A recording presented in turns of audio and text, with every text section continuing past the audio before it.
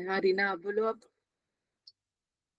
दीदी हमारे हृदय में जो भगवान आप कहते हैं वो पति के रूप, मतलब जो मुझे मुझे मेरी बुद्धि में जो है कि वो पति के रूप में तो नहीं है ना, हम तो उन्हें भगवान के रूप में स्वीकार कर रहे हैं ना, पति के रूप में तो नहीं स्वीकार कर रहे। वो हमारे स्वामी तो हैं, ठीक है, क्योंकि वो हम उनके सेवक हैं। अब मालिक को तुम जो मर्जी समझो, और अपने अधिकार के अनुसार ही अभी उन सब चीजों को समझेंगे।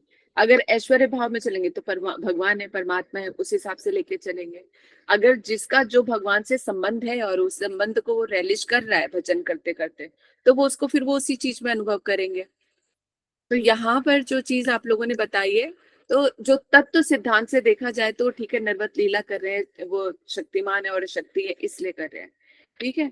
ब्रज में मशहूरी ही इसी चीज के लिए है कि पहली बात तो वहां पर कृष्ण से इतना आत्मीयता वाला प्रेम है कि उनके लिए शरीर भी कोई वो नहीं है, क्योंकि वो हृदय से उनके लिए कृष्ण की प्रसन्नता ही सब कुछ है।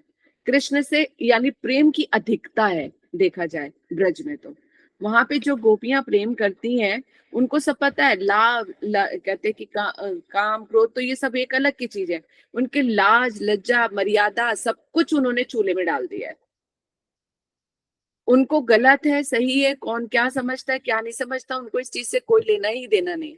उनके लिए कृष्ण का प्रेम ऐसा है कि कृष्ण ही सर्वस्व है। उनकी प्रसन्नता पर वो है तो चाहे वो जान भी दे देंगी। जो जिस चीज में कृष्ण को प्रसन्नता होती है वो सब दे देंगी। इसलिए वहां पर राधा रानी और कृष्ण का जो श्री दाम जी जो है वहां पे उनके भाई भाई जरूर हैं, लेकिन वो उनके प्रेम को भी समझते हैं। तो प्रेम मन से होता है, तन का खेल नहीं है यहाँ पर। गोपियों में स्व सुख की भावना नहीं है। तो वहां पर हम लोग स्त्री और पुरुष वाला भाव अभी लेके चलते हैं ना, इसलिए ये मान मर्यादा इस चीज से समझ कर पाते हैं। जैसे अगर साधारण लाइफ में अगर हम देखें, तो हमारी जिंदगी में अगर हम किसी से प्यार करते हैं, मन ही मन करते रहे उनसे प्रेम, और तन से बिल्कुल पवित्र रहे, तो कोई किसी को कुछ नहीं कहेगा। और उसको लगेगा ठीक है, अंदर ही अंदर जो चल रहा है जो चलता रहे, उससे कोई लेना देना नहीं, शरीर पर ज्यादा मैटर करता है। मन में कितनी भरी चीजें पड़ी होती किसी को क्या ही पता चलता है।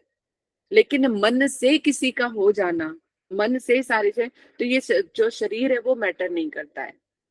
तो वहां पर जो है गोपियां भी, और कहते कि सारी की सारी गोपियां, सबसे पहली बात तो वो उस टाइम पे ब्याही गई थी जब कहते कि कृष्ण ही सब बने हुए थे। उस एक साल में जब गौवे बछड़े सब ब्रह्मा जी ने चुरा लिए थे, तो उस टाइम पे ज्यादातर सारे कृष्ण ही थे। उसी टाइम पे सबका ब्याह हो गया था। तो एक तरह से कृष्ण ही पति है। दूसरा, गोपियों के हृदय में या गोपियों के मन ने कभी कृष्ण के अलावा किसी और को चाहा ही नहीं है। तो उनके वो पति है कि कौन है क्या है उससे उनको कोई लेना देना है ही नहीं। जैसे नारद जी जाते हैं उनके पेट दर्द का बहाना लेके या सिर दर्द का बहाना, तो जो रज मांगते हैं अपने चरणों में, वो भर भर के रज दे देती हैं। वो कहती है कि वो फिर नारद जी उनसे पूछते हैं ना, अरे तुम भगवान को अपने चरणों की रज दे रहे हो, तुम्हें 100 साल तक नरक में रहना पड़ेगा। तो गोपियां कहती है 100 साल तो छोड़ो नारद जी, अगर हमें जिंदगी भर भी नरक में रहना पड़े ना, हम तब भी मंजूर है। ना वो नरक से डरती है ना स्वर्ग से डरती है, ना वो मान से डरती है ना किसी मर्यादा से डरती है।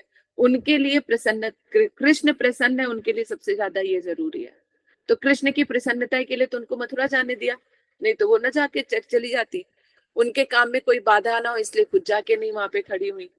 तो वो कृष्ण के लिए किसी भी एक्सटेंट तक जा सकते हैं और उनके लिए कुछ भी कर सकती हैं। तो वो मन से ही गोपियां कृष्ण की हो गई थी।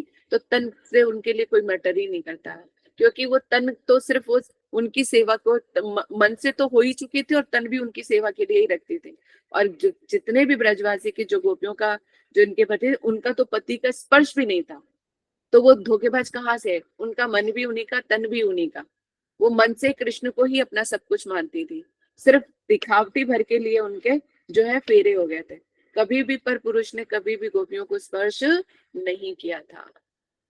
बात समझ में आ रही है? तो ये दिव्य हरे कृष्णा भावनात्मक देवी, प्रेम है। हरे कृष्णा देवी, तो क्या ये उन गोपियों के पतियों को भी मालूम था कि ये सब लीला है, और जो कृष्ण है, मतलब कि हमारी जो ये जो गोपियां हैं इनके मन में कृष्ण के लिए मतलब पूर्ण प्रेम है और शुद्ध प्रेम है, तो इसलिए हम उनको टच नहीं करेंगे, क्या ये सब कुछ मतलब सब मतलब ऐसा था क्या? नहीं, बल्कि ज्यादातर गोपियों की तो बच्चे ही नहीं थे, जब उनको कभी स्पर्श किया ही नहीं गया तो बच्चे थे ही नहीं गोपियों के कभी भी। मतलब बच्चों के बारे में कहीं पर भी वर्णन नहीं आता है। वो बच्चों वाला वहां तक है जहां पर वात्सल्य भाव तक, जहाँ पे सखा सखी और वात्सल्य जो प्रौढ़ अवस्था की है वो है। जब बाकी जितनी कुछ किशोरियां हैं, जो सखियां हैं, जो मंजरियां हैं, उनका कहीं पर इस तरह से नहीं आता कि अपने वो बच्चों बच्चों की कुछ कहीं पर वर्णन मिला हो। अभी तक ऐसा नहीं है, क्योंकि उनके बच्चे हुए, जब उनका स्पर्श ही नहीं है तो बच्चे कहाँ से होंगे। तो दीदी इसी प्रश्न से मिलता जुलता ना एक प्रश्न मेरे दिमाग में कई बार आया, लेकिन मैं अपने आप ही उसका कुछ उत्तर कुछ भी ढूंढ लेती हूँ। वो प्रश्न ये है कि राधा रानी और कृष्ण जी ने मतलब ऐसा, चाहे वो लीला ही कर रहे थे, तो धरती पर भी ऐसा क्या कारण था कि उन्होंने एक दूसरे के साथ विवाह नहीं किया? क्योंकि कृष्ण के लिए तो पूरा का पूरा ब्रज क्रेजी था। तो अगर कृष्ण का ये जानते हुए कि ये राधा जी कृष्ण की चॉइस है और वो दोनों एक दूसरे को मतलब बेहद पसंद करते हैं, तो उनका विवाह कर देना चाहिए। तो ऐसा कोई तो कारण दिया होगा ना भगवान ने भी, मतलब कुछ ना कुछ कारण तो दिया होगा। बिल्कुल बिल्कुल। ललिता, तुम क्या कहना चाहती हो? हरे कृष्णा दीदी, दंडवत प्रणाम। दीदी मैंने गुरुवर की कथाओं में सुना था एक बार कि वहां पर तो नित्य पति पत्नी है ही ना भगवान, तो उनको क्या है कि प्रेयसी वाला भाव का आस्वादन करने का वो था, इसलिए उन्होंने ये कि वहां पर तो ये भाव है ही नहीं, वहां तो विरह भाव को का आस्वादन करने के लिए उन्होंने ये लीला की। ये सारे तत्व सिद्धांत पे ही बेस्ड है, क्योंकि वो रसिक शेखर है। ठीक है। और दूसरा, अभी उससे पहले जो रीना ने प्रश्न पूछा, क्या पूछा रीना, मैं दिमाग से निकल गया। क्या पूछा आपने? हरे कृष्ण दीदी, कि राधा जी और कृष्ण जी एक दूसरे को इतना पसंद करते थे, तो उन्होंने ये धरती पर भी ये ऐसी लीला क्यों की कि वो एक दूसरे के साथ उन्होंने विवाह क्यों नहीं किया? इसके पीछे क्या कारण है कि उन्होंने क्या कारण दिया हम जीवात्माओं को इसके समझने के लिए? भगवान की लीला जब वो इस धरातल पे आते हैं ना, तो अनेक कारणों के की वजह से आते हैं। ठीक है। ये कहते हैं जो कृष्ण आए तो प्रेम का तो है ही, यानी जो उनके जिस भाव में जो डूबा है, उनका रसास्वादन कराने के लिए है। दूसरा, अगर शादी करके यहीं पर ही बस जाते हैं तो अलग अलग जगह पे, मथुरा पे, द्वारिका में इतने दूर दूर जाकर जो वो सब कहते कि उनको लीलाएं करनी थी, वो सब नहीं हो पाता, असुरों का मारना नहीं हो पाता, किसी न किसी कारण से यहाँ पर बताया। दूसरा, प्रेम की पारिकाष्ठा दिखाने के लिए, क्योंकि परकीय भाव का रसास्वादन करना था, इसलिए कृष्ण की शादी नहीं हो जाती। अगर उनको अगर राधा रानी से शादी हो जाती तो वो स्वकीय भाव कहलाता, तो वो फिर हर उसमें उपलब्धता रहती है, जब बुलाते तब आ जाती हैं, तब सब चीजों का है। लेकिन जो एक पारकीय रस जो है, वो रसास्वादन कहीं और नहीं हो सकता था। पारकीय दीदी भाव, उसमें ये भी बोला था ना कि विप्र लंबन, वहां विरह नहीं था उसका। क्योंकि स्वकीय भाव में इतना ज्यादा कहते हैं कि जो विरह है वो उसमें नहीं है। इसमें दुर्लभ और भी तीन जो पारकीय भाव के ना कुछ गुण है जिसमें बताए गए हैं, उसमें दुर्लभता है, वामता है, यानी जो है प्रेमी प्रेमिका बड़ी मुश्किल से मिलते हैं, और शादीशुदा हो तो और भी ज्यादा दिक्कत आती है। तो पारकीय भाव के जो गुण है, जो जिनके कारण जो है पारकीय भाव में जो प्रेम है वो सर्वश्रेष्ठ बन जाता है, क्योंकि वहां पर सिर्फ एक दूसरे को सुखी करने की अभिलाषा रहती है, बाकी चीजें नहीं रहती। स्वकीय में अगर आप पहले जब प्रेमी प्रेमिका होते हो, गर्लफ्रेंड बॉयफ्रेंड होते हो, तो सब एक दूसरे को बड़ा लाड प्यार करते रहते हैं। लेकिन शादी होने के बाद धीरे धीरे धीरे सारी चीजें खत्म हो जाती है, एक मोनोटोनस सी आ जाती है लाइफ में, कि फिर वही घर, फिर वही पत्नी, फिर लड़ाई झगड़ा, ये सब चलना शुरू हो जाता है। लेकिन पारकीय भाव में हमेशा जो है दुर्लभता बनी रहती है, एक दूसरे को प्राप्त करने की होड़ बनी रहती है, एक दूसरे को प्राप्त करने का जो है प्रसन्न करने की चीज बनी रहती है। क्योंकि बड़ा मुश्किल होता है मिलना, एक तो मिलना मिलाना ही बड़ा मुश्किल होता है। मिल भी जाओ तो डर लगा रहता है कि कोई आना चाहे, फिर उसके बाद थोड़ी देर के लिए मिलना होता है, ज्यादा देर के लिए विरह होता है। उस विरह में भी उनको जो कहते कि तड़प है, और उसका जो रसा स्वादन करना होता है, वो सारी चीजें इस विरह में ही आती है, विप्रलभ भाव जिसे कहते हैं। क्योंकि कृष्ण आते आते चले गए, और यानी मिल नहीं पाए। यानी और कहते कि जो उस टाइम पे जो भाव जो उठते हैं, एक दूसरे से प्रेम, एक दूसरे का स्मरण, एक दूसरे की याद, वो उन सब चीजों का ये बड़ी दुर्लभ वस्तु है जो प्रेम के रसास्वादन को बताती है ना। तो पारकी पर दीदी अगर इस जगत के लोग ये कहें कि हम भी पारकीय भाव का रसास्वादन कर रहे हैं तो क्या गलत है एक्स्ट्रा मैरिटल रिलेशनशिप में, तो इसका क्या उत्तर होना चाहिए? देखो, यहाँ पे तो बिना कहे पार के भाव का रसास्वादन सभी कर रहे हैं। यहाँ के तो कोई मन से कर रहा है, कोई तन से कर रहा है, कोई खुलेआम कर रहा है, सभी कर रहे हैं। इसमें तो यहाँ पे तो कुछ है ही नहीं, चाहे वो एक्टर या एक्टरनी को देख कर हो, क्योंकि टीवी में इतने से इतना कुछ आ गया है, तो आंखें क्या नहीं देखती, तो क्या नहीं सोचती और क्या नहीं सुनती हैं। तो इस चीज का तो सब यहीं पे ये कर ही रहे हैं। लेकिन यहाँ पर ये देखना पड़ेगा कि जो ये पारकी भाव का रसास्वादन की बात कर रहे हैं, वो इनकी एक निष्ठता है। यहाँ पर पति के साथ संबंध भी है और अपने बॉयफ्रेंड के साथ भी है। तो यहाँ पे तो उस वाले को क्लैश कर रहा है कि जो वो अप्राकृतिक प्रेम है, यानी तन से ऊपर, तन इन सब चीजों से जो इंद्रियां हैं हमारा, यहाँ का प्यार तो इस शरीर तक निभा हुआ है। अगर यहाँ के प्यार की बात की जाए तो यहाँ का प्रेम तो प्रेम है ही नहीं। उनका तो तन का है, मन का तो कोई संबंध ही नहीं है। अगर मन का संबंध होगा तो किसी और दूसरे पर जाएगा ही नहीं। गोपियों का सिर्फ एकमात्र कंसर्न जो है सिर्फ कृष्ण है। कृष्ण के अलावा वो किसी और के बारे में सोचती ही नहीं। यहाँ पर तो दोनों तरफ चल रही है गाड़ी, इधर भी उधर भी, तीसरी भी आ जाए तो भी कोई टेंशन नहीं। क्योंकि जो एक से दूसरी पे जा सकता है, अगर एक के रहते जो अगर दूसरी से प्यार कर सकता है, तो तीसरी को आने में टाइम नहीं लगता है, क्योंकि उसको पता ही नहीं कि प्रेम किसे कहते हैं। तो पहली बात तो जगत का और अप्रकट प्रेम का कोई मेल ही नहीं है। अगर वहां पे वो पारी के भाव का रस है, क्योंकि वो कृष्ण के ही वो हैं, जो गोपियां जो हैं वो कृष्ण की, क्योंकि हम उन्हीं के अंश हैं, और सारी जितनी भी गोपियां हैं सब उन्हीं की हैं। राधा रानी उनकी शक्ति है। तो जैसे ये हमारे हाथ है, अपने हाथ को अगर कोई स्पर्श कर रहा है तो कुछ गलत है, पर नहीं है, है ना। इसी तरह से गोपियां तो कृष्ण का ही अंग है। वो अपने अपने अंगों के साथ वो जो मर्जी करें, जैसे मर्जी छुए, कहीं पर भी नहीं है। हम लोग भी स्नान करते हुए हमारा हाथ प्रत्येक अंग पे जाके लगता है, तो अपने अंग को स्पर्श करने में कहीं नहीं है। तो जिस तरह से अपने अंग को छूने में कहीं पर भी कोई विकार नहीं आता, क्योंकि खुद को खुद से छू रहे हैं ना, तो हमारे मन में कोई विकार नहीं आता जब तक कि कोई दूसरा स्पर्श ना करे। इसी तरह से राधा और कृष्ण जो गोपियां हैं, उनका अलग एक ही तत्व होने पर वो उनका अपना ही है। तो उनके अंदर कभी विकार नहीं आता किसी चीज को लेके, स्व सुख की कामना नहीं होती, एक दूसरे को प्रसन्न करने की कामना रहती है। और ये अप्रकृत प्रेम है, जो ये शरीर से बहुत परे की बात है, बहुत परे की बात है। और देखो सुखदेव गोस्वामी जी जो है, लकड़ी और लड़की में फर्क नहीं जानते हैं, उसके बावजूद वो रास में वर्णन कर रहे हैं, गोपियों के अंग रंग भाव और उनकी सारी दशा का वर्णन कर रहे हैं। जिनको लड़की के बारे में ही नहीं पता तो वो रास के बारे में क्या जानेंगे। देखो, लेकिन ये अप्राकृत प्रेम है जो उनकी आत्मा जानती है ना। तो ये शरीर से परे की चीजें हैं यहाँ पर। अभी हमारी क्या है, जड़ बुद्धि है, इसलिए हमें ये जो राधा और कृष्ण का जो प्रेम है वो हमें अलग तरह से दिखाई देता है। वो स्त्री और पुरुष वाला प्रेम नजर आता है, लेकिन वहां पे नासो रमणी नासो रमन है। तो जहां पर ना उनको पता चलता है कौन राधा है कौन कृष्ण है, इतनी ऐसी घनिष्ठता से उनका मिल जाना। तो प्रेम की उस उच्च कोटि के तत्व को समझना, प्रेम तत्व को समझना अभी हमारे बस की बात नहीं रह जाती है। राधा और कृष्ण को पूरी दुनिया पूजती है।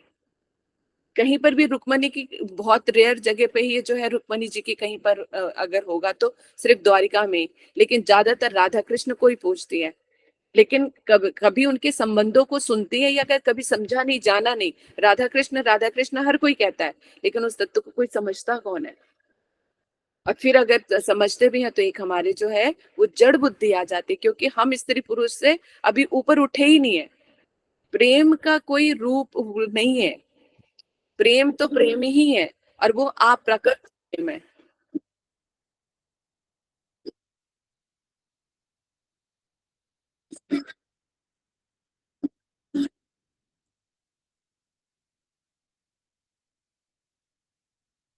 बात हम लोग चाहे कितना भी दिल से कर ले, लेकिन वो दिल वाला तो प्रेम है ही नहीं यहाँ पर।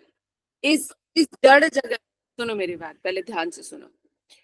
इस जड़ जगत में जो है शुद्ध प्रेम है ही नहीं, किसी के साथ भी नहीं है। सिर्फ हमारे वो अपने कर्म का और अपने दिमाग का। अगर ऐसा ना होता ना तो किसी की भी लड़ाई झगड़ा नहीं होती, कभी तू मैं नहीं होता, कोई कहीं पर रंजिशें नहीं होती हैं। तो पूरे जगत में, पूरे ब्रह्मांड में कहीं पर भी शुद्ध प्रेम नहीं है कि, और शुद्ध प्रेम करने वाला, जैसे जो भगवान से शुद्ध भक्ति में आ जाता है, जो भगवान से शुद्ध प्रेम कर लेता है, उसके अंदर शुद्धता की एक बूंद आती है। तो जैसे ही वो बूंद हृदय में प्रवेश होती है ना, तो अपने पराये का भेद खत्म हो जाता है। अभी ये भक्तों का बता रहे हैं, जो शुद्ध प्रेम जब जिसके हृदय में आ जाए तो फिर बात ही क्या है। ये तो सिर्फ एक बूंद की बात होती है कि जैसे ही वो शुद्ध प्रेम की बूंद हृदय में आती है तो तेरा मेरा, अपना पराया, ये सब चीजें खत्म हो जाती हैं। किसी की दोष बुद्धि नहीं रह जाती है, इस तरह की तो भावना आ जाती है मन में। तो वो जो राधा कृष्ण का प्रेम है, जो गोपियों के प्रेम है, वो अप्रकट प्रेम है। मैंने पहले भी जब एक श्लोक में बताया था जिसमें गोपियों के गुण के बारे में बता रहे थे कि गोपियों का जो है वो कह रही इंद्रियां, वो इंद्रियां है ही नहीं, वो दिव्य इंद्रियां है ना। ये शारीरिक हमारी इस तरह की इंद्रियां नहीं है, वो वहां पे दिव्य इंद्रियां है। दिव्य इंद्रियों से वो कृष्ण के प्रेम की सेवा करती है। तो यहाँ पे तो संतुष्टि अपने लिए होती है, यहाँ पे तो प्रेम का अलग ही मतलब है। तो यहाँ पर जो चीज है वो बिल्कुल ही उल्टा है। तो यहाँ के और पारिके भाव का, यहाँ का और वहां में जमीन आसमान का फर्क है। वहां पे कृष्ण को ही प्रसन्न कर रहे हैं। जैसे इसको एक उदाहरण और देती हूँ, उसको समझ पाओगे। इस जड़ जगत के जो पति पत्नी और मतलब 3-4 कपल्स हैं, एक दूसरे की पति पत्नी है, ठीक है, और कोई जो मेन लीड है, मेन लीड में किसी को भी ले लो, एक हस्बैंड वाइफ है, उनके सभी शादीशुदा हैं। अब वो कहीं पर दूसरी जगह प्ले करने जा रहे हैं, ठीक है। अब वो प्ले करने के लिए वहां पर गए, तो जो कहते कि जो मेन लीड पे है उसको बना दिया प्रेमी, और किसी और के पति के साथ उसके कर दी, दिखा रहे हैं कि इसके दूसरे के साथ शादी हो चुकी है। अब जिससे शादी हो चुकी है वो उससे प्रेम नहीं करती, प्रेम किससे करती है? अपने प्रेमी से। यानी एक्चुअल में किससे प्रेम कर रही है? जो उसका पति है, लेकिन दुनिया को क्या दिख रहा है कि वो उसका कौन है? प्रेमी है, और शादी किसी और से हुई है। तो यहाँ पे वो सही है कि गलत है? उसका स्पर्श करना, मिलना मिलाना जो है वो सही है कि गलत? बताओ। समझ नहीं आई बात? दीदी फिर से समझाइए। अच्छा सुनो, तो जब तक नाम नहीं गलत है, गलत। अच्छा ध्यान से समझो। मतलब मैं और मेरे हस्बैंड, ठीक है, और मैं अपने कहते कि और भी जो अजय के कपल्स फ्रेंड हैं उनके साथ हम कहीं और चले गए, ठीक है। चलो मान लो कॉलेज ही चले गए, दूसरी जगह छोड़ो, ठीक है। हस्बैंड और मैं और मेरे हस्बैंड, मतलब हम पति पत्नी हैं, हम कॉलेज में गए, कॉलेज में हमें कोई नहीं जानता। अब क्या है कि कॉलेज में कहते कि और भी जो इनके फ्रेंड्स है, मान लो किसी और से मेरी शादी कर दी जाती है या शादी की बातचीत चलती है, लेकिन मेरा प्रेम किससे है? अपने, मेरे हस्बैंड है वहां पे, पति किसी को नहीं पता कि ये कौन है मेरे, ठीक है, लेकिन वो मेरे प्रेमी के रूप में आए हुए हैं। मेरी शादी किसी और से हो जाती है जिससे मेरा कोई लेना देना नहीं है, और मैं अपने प्रेम या अपने पति जो मेरा प्रेमी बना हुआ है, मैं उससे प्रेम करती हूँ। और जिससे मेरी शादी हुई उससे मेरा कोई न तन से संबंध है ना मन से संबंध है, कोई मतलब नहीं है, सिर्फ फेरे हुए हैं। तो अगर मैं अपने पति के साथ उठती बैठती हूँ, गलत है कि सही है? बताओ। दीदी सही है, गलत है, गलत दीदी है। सही है। मतलब मैं तो हूं, तो मैं शादीशुदा अपने पति के साथ कहीं दूसरी जगह आके मैं प्ले कर रही हूँ। दीदी उसको सही है, दीदी पति सही है, मेरा प्रेमी है, तो वो अगर वो मुझे छुएगा तो गलत है या सही है? दीदी अगर सही प्ले है, है तो सही है, दीदी प्ले सही है है। तो सही है। हाँ, दीदी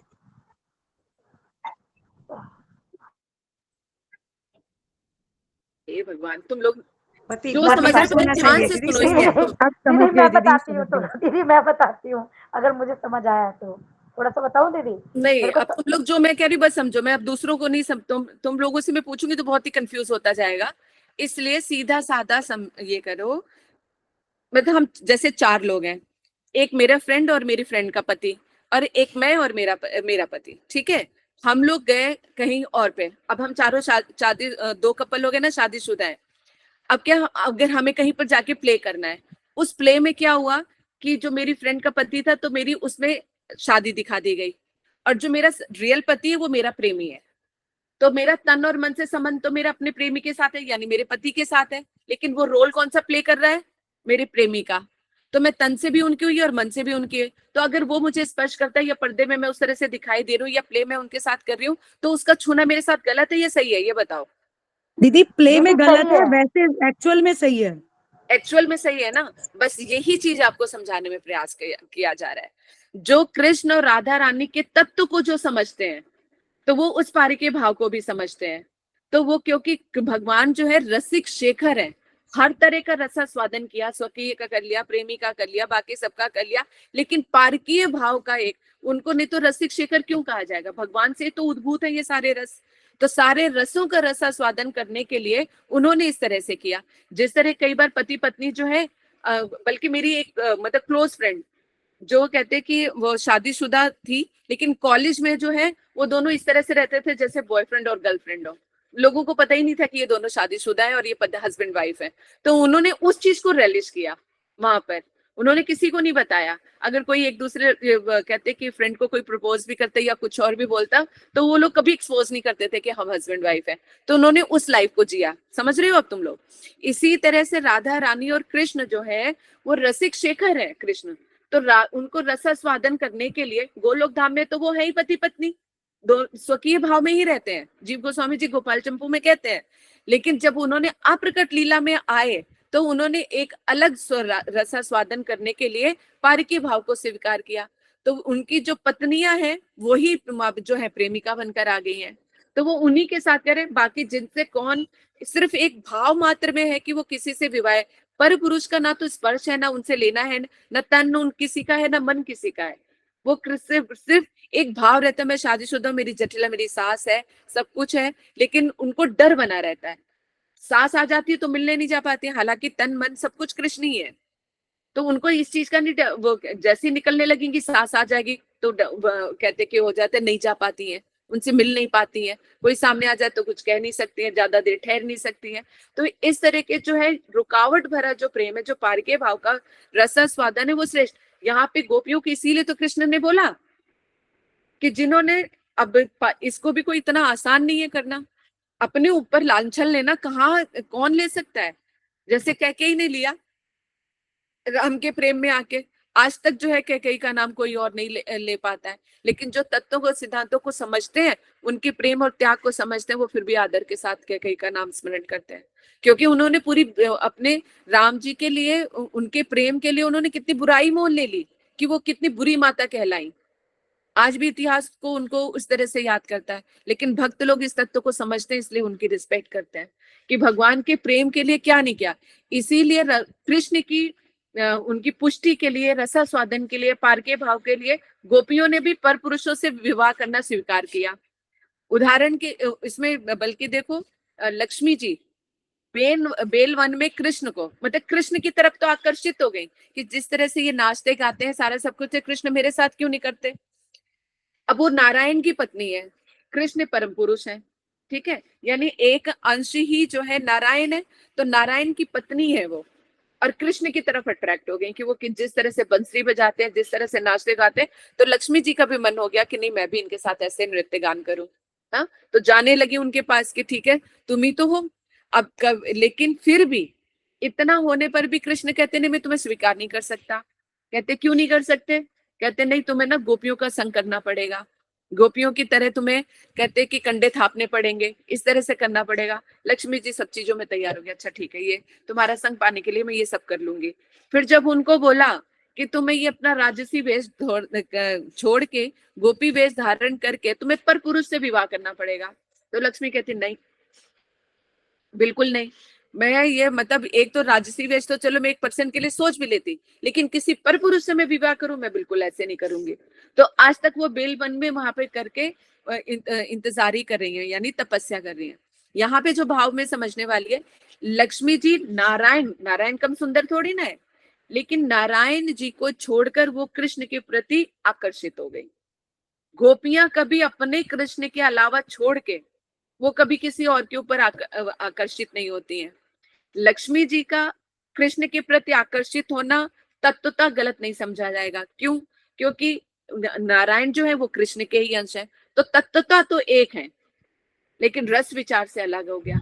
तो लेकिन रस विचार पे होने पर भी, तत्वतः सिद्धांत होने पर भी, लेकिन गोपियां जो है कृष्ण के अलावा कभी किसी और के प्रति आकर्षित नहीं होते। उनके प्रेम की तुम उठा देखो, तो दीदी जब ये लीला चल रही थी गोपियों की कृष्ण की, तो उस वक्त गोपियों को भी मतलब पूरा भान था ये कि हाँ ये हम सब लीला कर रहे हैं, हाँ हम इन गोलोक वो उसमें सभी वहां को पर, भान मतलब ये नहीं सब है, पता था? वो सिर्फ तो प्रेम को कैसे थे? पहचानती है।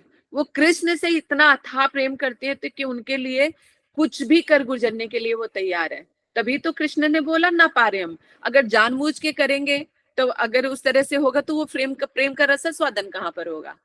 फिर तो प्रेम का रस स्वादन क्यों होगा? क्यों वो अपने घर लोगों सब लोगों से सुनेंगी या सब लोग ताने मारेंगे, वो सारा सब कुछ करेंगे? वो सब चीजें योग माया ये सब चीजें भुला देती हैं। तभी तो वो शुद्ध प्रेम का रसा स्वादन हो रहा है। कृष्ण को खुद नहीं पता होता कि वो कौन है। सर्वगता भी है, अनभिज्ञता भी है। वो तो उनकी तो लीला ही अपरंपार है। जब चाहे अपने आप को भूल जाते हैं, जब मर्जी अपने आप को याद कर लेते हैं। तो उनकी जो कृष्ण की इच्छा, योग माया जो है उनकी इच्छा के अनुसार चलते हैं। जो कृष्ण जो लीला चाह रहे हैं, जो उनकी इच्छा हो रही है, उसी के अनुसार सब कुछ बदल देती है। तो जब कृष्ण को भुलाना होता है कि वो भगवान है, तो वो भूल जाते हैं। जब उनको याद आना होता है तो उनको याद है। तो यानी जिस तरह की सरकमस्टांसेस जो जैसे चलता है, योग माया जो है कृष्ण की सेवा में 24 घंटे बिल्कुल नियुक्त रहती हैं। जैसे जैसे उनके भाव होते हैं उसी तरफ से उनको लीला का विस्तार होता है। तो जो गोपियां हैं, गोपियों को अगर पता होगा कि यही कृष्ण है, यही सब कुछ है, तो फिर तो करना आसान हो जाता है। फिर वो उनको ये दुर्लभता कहाँ से रहेगी? फिर तो वो छोड़ेंगे, अरे तुम हो कौन, है ही कृष्ण हमारे सब कुछ, वो चली जाएंगे। वो डर जाती हैं गोपियां, उनको दरवाजे में बंद कर देते हैं, सास को देख लेती तो घबरा जाती हैं। इसमें सब, लेकिन फिर भी प्रेम के वशीभूत है कृष्ण से कि उनसे मिलना किसी हालत में बंद नहीं करती। वो कहती है चाहे हमारे प्राण चले जाए, चाहे हमें चाहे कुछ भी करना पड़े, हम कृष्ण तुम्हें नहीं छोड़ सकते। और उसमें अपेक्षा भी नहीं रहती। पति से तो अपेक्षा रहती है ना कि हम प्यार दे रहे तो तुम भी तो कुछ झुको, हम भी तुम इतना कह रहे, तो ये सारी चीजें। लेकिन प्रेमी प्रेमिका में नहीं होते हैं। उन्हें चाहना हमारे बस में होता है, बस वो हमें चाहे ना चाहे वो हमारे बस में नहीं है। इसी तरह से गोपियां ने अपना सर्वस्व कृष्ण को दिया है। वो जो है बड़ा दुर्लभ, और ये इस तरह का प्रेम जो है हृदय में नहीं आता। अपना सर्वस्व उन्होंने त्याग दिया। यहाँ पर भी कि वो एक्सेप्ट करे ना करे ये भी कोई बात नहीं। ये भी गोपियों को नहीं चाहिए कि हम अपना दिल तुम्हें दें और तुम ले ही लो। इसकी भी अपेक्षा नहीं है उनको। हम चाहते हैं तो चाहते हैं और जिंदगी भर चाहते रहेंगे। ऐसा दुर्लभ प्रेम, ऐसी सोच जो है, ये ऐसा नहीं हो सकता। इस जड़ जगत में ये है ही नहीं। तो ये सिर्फ पारकीय भाव का जो है रसास्वादन भाव, वो रसिक शेखर है। उन्हीं की तो सृष्टि, आत्म काम आत्मराम है। उन्होंने चाहा तो ये सृष्टि इकट्ठी कर दी, इतनी बड़ी बढ़ा दिया। उसमें से अब बगीचा है, अगर मालिक जो है जो मर्जी फूल तोड़ ले, वो तो उसी का बगीचा है। इसी तरह से कृष्ण, कृष्ण के सारे जितनी भी इस जगत में, ब्रह्मांड में, चाहे स्त्री हो, पुरुष हो, जीव हो, चाहे कुछ भी हो, तो कृष्ण कहते हैं ये मेरे ही तो है, मेरे ही तो है सारे। अपने अपनी ही चीज को अपने पास ले रहे तो उसमें गलत कहाँ है? लेकिन जब हमारी बुद्धि, जब हम अपने आप को खुद भोक्ता समझने लग जाते हैं, तब वो तेरा मेरा का आ जाता है। तो वहां पे कृष्ण का और कृष्ण से दूसरी इतर दूसरी वस्तुएं भी दिखाई दिखाई देते हैं।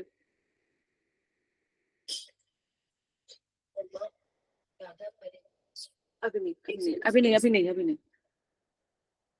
रिकॉर्डिंग चल रही है बेटा। एक सेकेंड।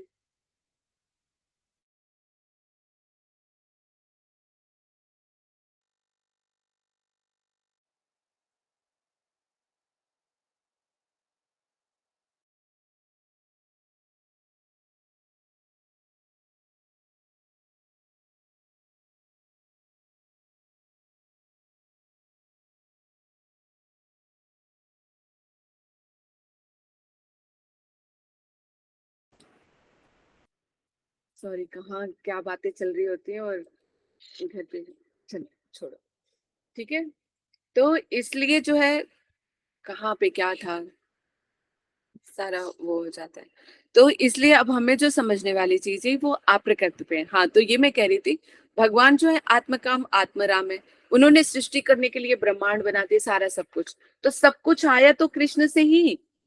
जिस तरह से एक बगीचा लगाया माली ने, एक एक फूल अपने हाथों से लगाए, घास बनाया, सारा सब कुछ लगाया।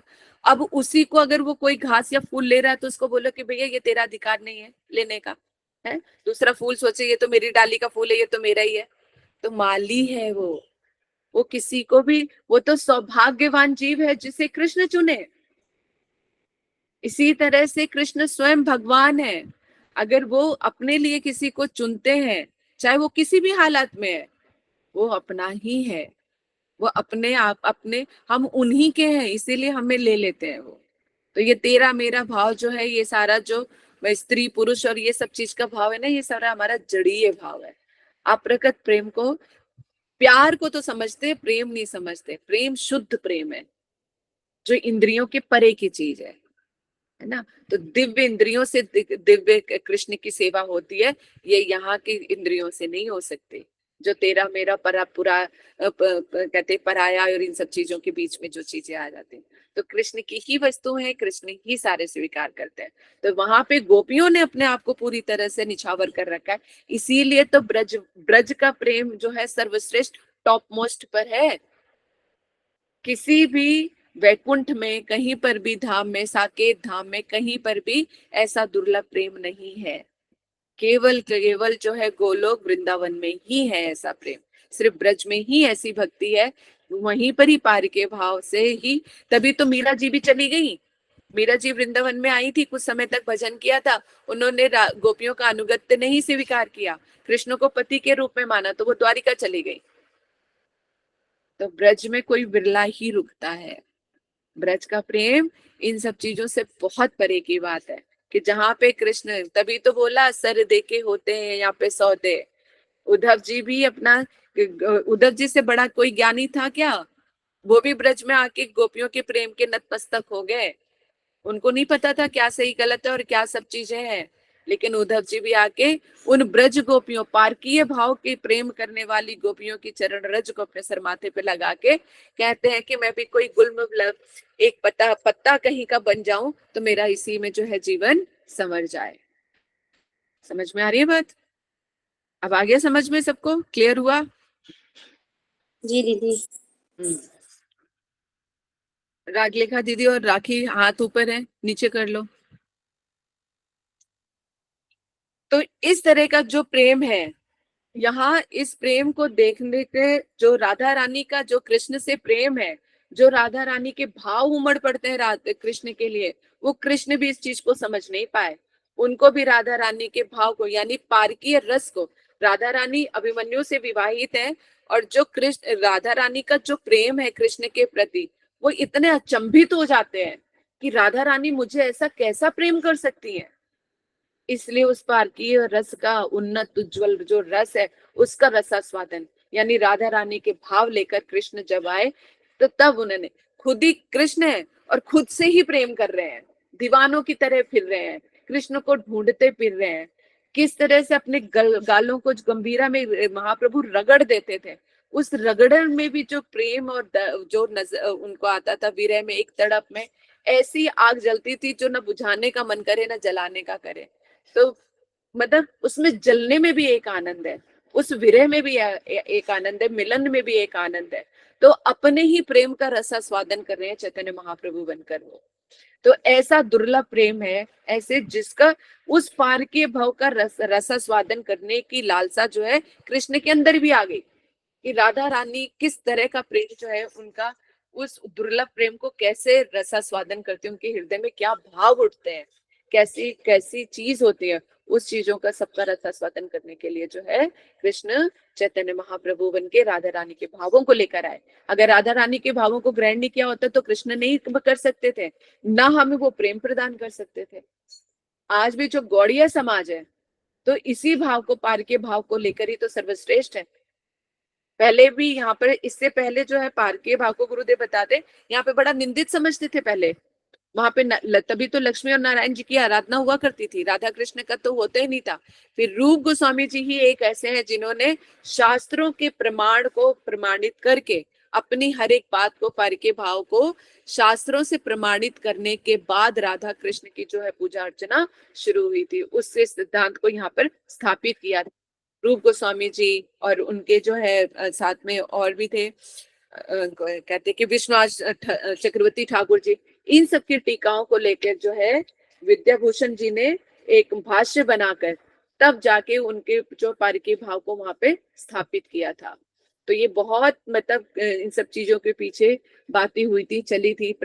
पारके भाव पहले प्रचलित नहीं था, महाप्रभु के आने के बाद ही जो है पारके भाव प्रकाशित हुआ है। ठीक है, तो जैसे गुरुदेव कहते हैं, रीना कुछ पूछना चाहती हो? हाँ जी दीदी, जब ये चल ही रहा है तो ये भी पूछ लेते हैं कि ये लक्ष्मी जी जैसे आपने बताया कि वो तपस्या कर रही हैं, तो उन्होंने नारायण जी को छोड़ दिया है, या क्योंकि दो लक्ष्मी जी तो नहीं हो सकती ना ओरिजिनल। देखो, यहाँ पर उस कृष्ण को के साथ रास करने के लिए तपस्या कर रही है ना। तो जैसे एक अनेक रूपों में अपनी अपनी सेवाओं को नियुक्त करते रहते हैं, तो गुप्त रूप से मैं तो अभी बेलवन में वो तपस्या कर ही रही है, क्योंकि उन्होंने कृष्ण प्रेम तो चाहा, रास में तो एंटर करना चाह रही है, लेकिन जो उन्होंने एक रूल्स बना रखे हैं जो कृष्ण ने, उनको फॉलो नहीं कर रही। यानी यहाँ पर जो है लक्ष्मी जी की इच्छा जो है कि मैं परपुरुष से विवाह नहीं करूंगी, उनको उन्होंने ज्यादा प्रधानता दी बजाय कि कृष्ण के साथ की। गोपियों से अगर कृष्ण कहना तो तुम 10 शादियां करके मेरे पास आ जाओ, तो गोपियां 10 शादी करके भी पहुंच जाएंगी। यहाँ पे लक्ष्मी जी एक डिमांड पूरी नहीं कर पा रही है। तो यहाँ पर गोपियों के लिए कृष्ण सर्वस्व है, कृष्ण ने जो कह दिया सब 27 है। लेकिन यहाँ पे लक्ष्मी जी अपना भी दिमाग चला रही है, नहीं सारी बातें तो मैं मान लूंगी लेकिन मैं शादी नहीं करूंगी किसी से। तो अभी भी उनको अपनी एक जो है मर्यादा, कि मैं उस मर्यादा को भंग नहीं कर सकती, किसी और से विवाह नहीं कर सकती, मैंने आपको ही पति के रूप में चुना है तो मैं वही रहूंगी। लेकिन गोपियों के लिए इससे कोई नहीं। कृष्ण को किसमें प्रसन्नता मिल रही है? अगर कृष्ण को इसमें प्रसन्नता है कि मैं मर जाऊं तो मैं मर जाऊंगी, मुझे कहेंगे तुम शादी कर लो तो तुम शादी कर लेंगे, जो चाहे कृष्ण उनसे करवा लें, और वो कृष्ण के लिए कुछ भी कर सकती हैं। तो ऐसे शुद्ध के उसमें वशीभूत हो गए। अगर गोपियां चाहे कृष्ण सब कुछ छोड़ के उनके साथ आते हैं तो कृष्ण नहीं कर सकते। तभी तो उन्होंने बोला ना पा रहे हम, कि गोपियों जो तुमने मेरे लिए किया है ना, मैं चाहकर भी तुम्हारे लिए कभी नहीं कर सकता। इसीलिए कहा कि मैं तुम्हारे जो है हमेशा के लिए गुलाम हो गया। तुमने मुझे अपने प्रेम रूपी रज्जू से बांध लिया, मैं अपने आप को मुक्त नहीं कर सकता। तुम अपने स्वभाव के कारण मुझे मुक्त कर दो तो मुक्त कर दो, नहीं तो मैं हमेशा तुम्हारा गुलामी ही रहूंगा, कभी भी मैं तुम्हारे इस प्रेम से ऋण से मुक्त नहीं हो सकता। जिसको भगवान हर चीजों से मुक्त करते हैं वो ऋणी बन रहे हैं, तो कुछ तो विशेषता होगी उस प्रेम में जिसके कारण कृष्ण ऋणी बने। तो ये प्रेम यही एक प्रेम का विशिष्ट है कि कृष्ण प्रेम के लिए उनके लिए क्या तन, क्या मन, क्या धर्म, क्या अधर्म, क्या मान, क्या मर्यादा, सब कुछ उनके चरणों में निछावर कर दिया कृष्ण। तो इस तरह से इतना प्रेम करने वाला जो है कोई नहीं मिला, वो ब्रज में सिर्फ गोपियां ही हैं, इसीलिए आज वो टॉप मोस्ट पर है। कृष्ण अगर टॉप मोस्ट है तो उनके जो भक्तों की श्रेणी में आती है वो सारी गोपियां हैं। बोलो राखी। दीदी मैं ये पूछ रही थी दीदी, जैसे पता है कि वो अप्राकृतिक प्रेम है, ठीक है दीदी, लेकिन दीदी मन में ना बार बार ये विचार आ जाता है अंदर से कि हमें क्या करना चाहिए, हमें भी ऐसे करना चाहिए क्या दीदी? हमें करना चाहिए मतलब किसी पर पुरुष के चक्कर में पड़ना चाहिए, ये कहना नहीं चाहते? नहीं नहीं नहीं नहीं नहीं नहीं दीदी, नहीं नहीं नहीं नहीं, वो तो गलत है दीदी, वो तो गलत है। लेकिन दीदी अभी आपने दीदी मेरी बात समझने की कोशिश करो दीदी। मैं ये कहना चाहती हूँ कि ठाकुर जी की, कृष्ण की, जैसे वो चीज बता रहे हो आप, अगर वो 1% भी मन में आता है, हमारे मन में आता है कृष्ण के लिए, तो वो सही है क्या? 1% भी हमारे मन में नहीं आना चाहिए। नहीं इसलिए आना। अगर गलत बात हमारे मन में आती है तो हमें हरि गुरु वैष्णव से प्रेम गए। इसीलिए तो बोला कि पहले अपना संबंध स्थापित करना है। अभी हमें क्या, राधा कृष्ण हमारे स्वामी और स्वामिनी है, प्रिया और प्रियतम है, उनकी सेवा करनी है। उनकी चरण रज को सिक घिस घिस के जब उनकी सेवा करेंगे तो प्रेम हमें उपजेगा। फिर उनके प्रति प्रेम हमारा जब बढ़ेगा तब हमें समझ में आएंगे कि ये राधा कृष्ण कौन है। फिर उनकी सेवा के लिए तुम भी कुछ ना मतलब किस हद से गुजर जाओगे इस चीज का भी एहसास नहीं रहेगा। दीदी मतलब अनुसरण करना है, अनुकरण नहीं करना, अनुसरण करना है ना। हाँ बस अभी क्या है, राधा कृष्ण की देखो ये उच्च टॉप लेवल का है जो भी आप लोगों ने सारा सुना, वहां तक कभी हमारी बुद्धि नहीं जाती, चकरा जाती है, तो हमें और नीचे आ जाना है। अभी क्या समझना है कि राधा कृष्ण मेरे हैं और यही मेरे ईष्ट और गोलोक धाम जाना है, इतना भी रखो। अभी जिसका इस रस को और अच्छी तरह से जो नहीं समझ पा रहा है, इस प्रेम को नहीं समझ पा रहा है, तो इतना टॉप में अभी जाने की जरूरत ही नहीं, नीचे आ जाओ। हमें भजन किस लिए करना है? गोलोक धाम जाना है और राधा कृष्ण की सेवा करनी है। क्या सेवा करनी है वहां पे जाके? देखो, जिसका संबंध स्थापित हो जाएगा तो अपनी सेवा भी नियुक्त होती चली जाएगी, लेकिन जब तक कुछ नहीं होता तब तो कुछ ना कुछ तो चाहिए कि वहां पे फूल की माला बनाएंगे, राधा कृष्ण को पहनाएंगे, उनकी सेवा करेंगे। जो भी रूप मंजरी क्या है, अब कितना बड़ा टॉप का प्रेम है या क्या है क्या नहीं, हम कुछ नहीं जानते। रूप मंजरी जी है, वो राधा कृष्ण की सेवा करती है, हम रूप मंजरी के अनुगत्य में रहेंगे। वो जो हमें कहेंगे हम करते रहेंगे। वो कहेंगे माला बनाओ तो माला बना देंगे। वो कहेंगे कि कहते कि कृष्ण को ढूंढ के लाओ तो ढूंढ के ले आएंगे। जितना रूप मंजरी हमें बताती जाएंगे हम उतना करेंगे, और उन्हीं के अनुगत्य में ही सेवा करने के लिए हमें गोलोक धाम जाना है। बस इस तरह का रखो अपने अंदर, तो फिर कहां से कोई गलत बात आएगी मन में? कोई बात फिर मन में नहीं आएगी। जैसा जैसा अधिकार बढ़ता जाएगा, फिर उस प्रेम को आप रेलिश करोगे। अब राधा रानी के लिए तो कई बार कृष्ण को भी हटाना पड़ता है। जब राधा रानी कहती है कि मुझे उस काले का मुंह नहीं देखना है, तुम दरवाजे पे खड़ी हो जाओ, खबरदार जो उसको अंदर आने दिया। ठीक है, राधा रानी के प्रेम के लिए जिसे कृष्ण है, कृष्ण को भी बाहर हमें खड़ा रखना पड़ता है कि ठीक है भैया, जब तक कृष्ण राधा रानी परमिशन नहीं देंगी तब तक तुम अंदर नहीं आ सकते, बाहर ही खड़े रहो। कृष्ण को भी बाहर खड़ा कर दिया। तो इसलिए ये प्रेम की जो उल्टी धार है, इसको समझना बहुत मुश्किल है। इसलिए साधारण शब्दों में हमें अभी जो लेके चलना है कि हरि गुरु वैष्णव इनकी सेवा के बगैर कृष्ण प्रेम क्या है उसको समझ पाना ही बड़ा दुर्लभ है। इनकी सेवा करते चलो, श्रवण कीर्तन करते चलो, और राधा कृष्ण ही मेरे सर्वस्व हैं। इनके लिए कि मैं कुछ भी कर सकती हूँ, अभी ये वाला लेवल लेकर आना है। वो तो बहुत ऊपर की बातें हैं कि कहाँ पर लाज धर्म और ये सब चीजें, वो तो बहुत ऊपर की बात है।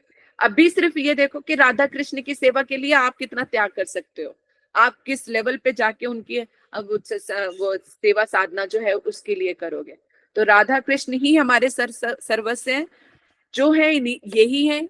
इनके अलावा हमें कुछ नहीं चाहिए, इनकी सेवा करनी है। और रूप मंजरी के अनुगत्य में कौन सी सेवा मिलेगी, क्या करेगी, इसका भी दिमाग से हटा दो। रूप मंजरी के अनुगत्य में चल रहे हैं ना, वो हमें खुद ही बताती है हमें क्या करना है क्या नहीं करना। तो बस उन्हीं के अनुगत्य में हमें सारा भजन करना है। तो अब जब धीरे धीरे बढ़ोगे, भजन तुम्हारा साधन बढ़ेगा, फिर उसके बाद भक्ति रसामृत सिंधु पढ़ोगे, उज्जवल नींद में पढ़ोगे, तो पता चलेगा भैया इनकी भी कैटेगरीज है। कृष्ण के प्रेम के चाहने वालों की लिस्ट बड़ी लंबी है, उनकी अलग अलग सेवाएं हैं। जब तुम उनकी सेवाएं सुनोगे तब सोचोगे अच्छा क्या मैं ये सेवा कर सकती हूँ। तो एक एक करके स्टेप में सारी आपके संशय दूर होते चले जाएंगे। जो जिसमें तुम्हारा स्वरूप है वो बिल्कुल प्रकाशमान होता चला जाएगा। एक एक चीज को ऐसे ग्रहण करते चले जाओगे। फिर जब तक हम रूप मंजरी के पास पहुंचेंगे या राधा कृष्ण के पास पहुंचेंगे, तब तक हमें अपने स्वरूप का पूरा ज्ञान हो चुका होगा कि मेरा नाम क्या है, मेरी उम्र क्या है, मेरी सेवा क्या है, मेरा कृष्ण के साथ क्या संबंध है, राधा रानी के साथ क्या संबंध है, सब चीजें क्लियर होंगी। यानी अप्रकट में एंटर, लीला में प्रकट होने से पहले तुम्हारे हाथ में तुम्हारा पासपोर्ट होगा। उस पासपोर्ट में तुम्हारी सारी चीजें लिखी होंगी। तुम्हारी उम्र कितना है, तुम्हारा नाम क्या है, तुम्हारी उम्र क्या है, तुम कहाँ की रहने वाली हो, तुम्हारे माता पिता का क्या नाम है, किस गांव में तुम्हें पैदा हुई हो, सारी डिटेल्ड होगी सब कुछ। और उस डिटेल्ड को प्राप्त करने के लिए ही हमारा साधन भजन है ये। हरे कृष्ण दीदी। दीदी ये प्रश्न भी बहुत मेरे दिमाग को वो कर रहा है। सपोज अगर मेरे लास्ट तक मुझे ये सब इस सब की इंफॉर्मेशन, इस सब का भान नहीं मिलता, तो इसका मतलब ये है कि अब मेरी जो अभी और मेरी और जर्नी है दूसरे जन्मों में। बिल्कुल 100%। तो बस यही है तो कि भजन से हम भटक ना जाएं और दूसरे किसी ऐसे जन्म में कहीं इधर उधर ना चले जाएं। तभी यही हमें प्रार्थना करनी है कि कोशिश करनी है कि इसी जन्म में हो जाए, है ना। तो अगर टॉप मोस्ट का भजन चाहिए तो उस हिसाब से सेक्रीफाइसेस भी चाहिए, उसी तरह से मन की व्यवस्था भी चाहिए, सब कुछ चीजें चाहिए। ठीक है, और सीधे सीधे हम चलते जा रहे हैं, कोई बात नहीं, इस जन्म में नहीं तो अगला जन्म, अगला जन्म, लेकिन हर एक जन्म को समझना है कि इसी जन्म में प्राप्त करना है, इसी जन्म में प्राप्त करना है। तो ही हम हो सकता है इसी जन्म में प्राप्त कर लें। अगर उस रास्ते पे नहीं हुए तो कोई बात नहीं, अगला जन्म तैयार है, क्योंकि हमारी स्थिति तो यहीं से ही होगी। जैसे हम आज ही कृष्ण मुझे मिल जाए ये संभव नहीं हो पा रहा, तो मैं कल प्रयास करूंगी। तो ये हमारे दिन है और वो जन्म है, बस फर्क इतना ही है। और आत्मा आज भी यहीं पे बैठी, जैसे मैं आज यहाँ पे बैठी हूँ, कल भी तुम लोगों के सामने यहीं पे बैठी मिलूंगी, तो क्या ही डिफरेंस, दिन में तो आ ही रही हूँ ना, आज भी मिल गई कल भी मिल गई। अगर इस जन्म में प्राप्ति होगी, इसी तरह से हमारे लिए दिन है, इसी तरह से वो जन्म भी ऐसे ही है। बस दिन हमारे 24 घंटे का होता है और वो उनको 50 60 या 60 साल का वो तुम ये उसको भी जन्म को भी 60 साल या 100 साल का एक दिन ही समझो। तो 100 साल में अगर हमें प्राप्त हो गए तो बहुत अच्छी बात है, वो हमारी लिए के दिन है, नहीं तो दूसरा दिन तैयार है। इसी तरह से जैसे आज हमें जो भजन करना है, तो हम लोग कहते हैं कि आज नहीं, हम कल कर लेंगे, यानी कल के ऊपर दूसरे दिन पे चले गए। इसी तरह से कई भजन करने वाले इस जन्म में भी होते हैं कि इस जन्म में तो चलो इतना नहीं हो रहा, अगले जन्म में कर लेंगे। अरे दिन तो वैसे ही आता है, हमारे दिनों में क्या ही डिफरेंस आ जाता है, आज जो है वैसे ही कल भी रहेगा। तो जो आज एफर्ट्स करने अगर हम कर लेंगे तो कल को हम थोड़ा संवार सकते हैं। तो इसीलिए भगवान ने अब यहाँ तो दिनों में तो हमारे लिए फर्क पड़े कि जैसे हम वैसे ही कल भी रहेंगे, लेकिन जन्म में भटक सकते हैं, पता नहीं कौन सा अनर्थ, कौन सी चीज, कौन सा कर्म हम पर भारी पड़ जाए जो हमें कुछ और योनि प्राप्त हो जाए। तो लेकिन दीदी जो मेरे साल खराब हो गए पीछे के, उसका क्या होगा? अरे जो बचे हुए हैं उनको तो जी लो, उनको संभाल लो। तो भगवान दीदी को जो प्राप्त करने के लिए एक ही मुहूर्त काफी है। तो दीदी जो परीक्षित महाराज जी को भी ऐसे पता चल गया होगा 7 दिन के अंदर ही कि मैं मतलब अपने पूरे स्वरूप के बारे में, जैसे उन्हें भगवत प्राप्ति हुई। बिल्कुल, उनका एक श्लोक है जिसमें उस श्लोक में कह रहे हैं कि मुझे भूख प्यास का पता ही नहीं चल रहा है, यानी वो अमृतमयी जो है कथा, क्योंकि कथा जो है अमृत समान है। अब अमृत पी रहे हैं तो जिंदा ही रहेंगे फिर, लेकिन अभी कथा हमें उस हिसाब से अभी नहीं लग रही है, इसीलिए भूख प्यास सब कुछ लगता रहता है ना। तो अभी हमारे लिए हम भूखे रह के नहीं करते, एक दिन निर्जला व्रत हो तो दूसरे दिन कैसी हालत हो जाती है। लेकिन एक बात है, इतना मतलब कथा श्रवण करके और बाकी जो चीजों को समझ के एक चीज समझ पाए कि क्योंकि अगर जैसे निर्जला व्रत रखा है, ये तो ऊपरी कमजोरियां हो गई शरीर की, लेकिन आत्मा में यानी हरि नाम चल रहा है, कथा श्रवण चल रही है सारे, तो ये अमृत स्वरूप है, यानी आत्मा बलवती है। अगर आत्मा बलवती हो जाए तो ये शरीर क्या बिगाड़ लेगा। तो यानी जो निर्जला व्रत रखते हैं और उनके अंदर फिर भी चुस्ती फुर्ती बनी रहती है, फिर भी वो बड़ा भगवान का भजन करते हैं, सेवा करते हैं, सब कुछ करते हैं, हम लोग सोचते पता नहीं कैसे कर लेते हैं ये। उस वक्त उनकी दिव्य इंद्रियां कार्य कर रही होती हैं, यानी आत्म इंद्रियां, जो दिव्य इंद्रियां हैं आत्मा की, वो कार्य कर रही होती हैं, तभी उनको न भूख लगती है न प्यास लगती है, इतने अच्छे से सारे काम करते रहते हैं, यानी उनका भजन बहुत स्ट्रांग है। भजन से स्थूल जो है ये निष्क्रिय हो सकती है, लेकिन जो आत्म दिव्य इंद्रियां हैं वो कभी नहीं हो सकती, वो सक्रिय हो जाती हैं। तभी तो कहते हैं लंगड़ा पहाड़ चढ़ जाता है, अरे पैर ही नहीं है तो वो कैसे चढ़ जाएगा। लेकिन आत्म की इंद्रियां जो दिव्य इंद्रियां उनका तो है, इसीलिए लंगड़ा वो चढ़ जाता है कि भगवान की कृपा अगर मिल जाए तो गूंगा बोलने लग जाता है। अरे अभी नहीं बोल पा रहा तो जबान की कोई ना कोई गड़बड़ है, अंदर वाली इंद्रिय तो बोल सकती है, वो तो दिव्य इंद्रिय है। तो ये स्थूल देह से जब हम बाहर निकलेंगे तभी कुछ हमें समझ में आएगा।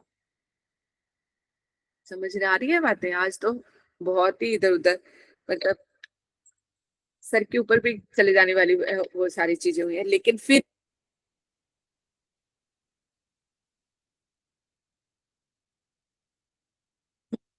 हाँ यही है।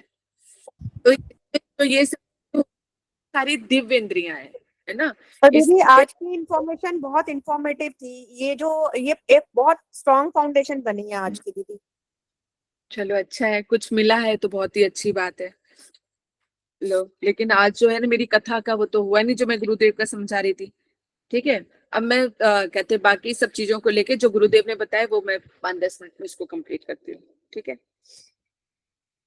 तो कहा कि ऐसा उन्नत उज्जवल जो रस है उसको कहते कि वो सिर्फ रसास्वादन के लिए, तो ठाकुर वो प्रेम करने के लिए। तो यहाँ पे गुरुदेव उदाहरण दे रहे हैं कि जैसे एक पेड़ की वृक्ष की शोभा लता पत्ती और मंजरियों से होती है, फूल है ना, पत्तियां मंजरियां और फूल से होती है। तो कह रहे कि लता राधा रानी जो है ना वो लता समान है, फूल और मंजरियों से शोभा है। तो जो लता, जो पत्ता है वो सखियां है, और जो मंजरियां है वो मंजरी है। फूल जो है वो मंजरियों को बताया है। तो गुरुदेव ने बोला कि और उसमें भी श्रेष्ठ, मंजरियां भी कई प्रकार की होती हैं। एक मंजरियां तो कुछ ऐसी होती है कि राधा रानी के बिल्कुल आत्मसात होती है, बिल्कुल मंजरियां। यानी राधा रानी को अगर यहाँ पे चोट लगी ना, तो मंजरियों को पता लग जाता है कि यहाँ पे चोट लगी है राधा रानी को। इसलिए जब मंजरियां श्रृंगार करती है ना, तो कहाँ पे क्या छुपाना है, कहाँ पे क्या दिखाना है, वो सब कुछ उनको पता होता है, क्योंकि आत्मसात है। इसीलिए हम लोग सेवा कुंज में देखते हैं ना कि कुछ मंजरियां जो छुप के सारा देख रही होती हैं, क्योंकि उनमें और उनमें इतनी आत्मसात है कि कोई डिफरेंस ही नहीं पता लगता। राधा रानी और कृष्ण लीला कर रहे होते हैं, लेकिन वो मंजरियां छुप छुप के सब कुछ देख रही होती हैं। वो आत्मसात मंजरियां हैं। तो मंजरियों में भी बड़ी कैटेगरीज हैं। तो इस तरह से भजन करते करते इस भजन राज्य में प्रवेश करें, तो यहाँ का जो इतना बड़ा विस्तार है ना, इसमें इतना खो जाए कि बाहर की सुध-बुध वैसे ही नहीं रहती। ठीक है ना? तो इसमें हमें प्रवेश करना पड़ेगा।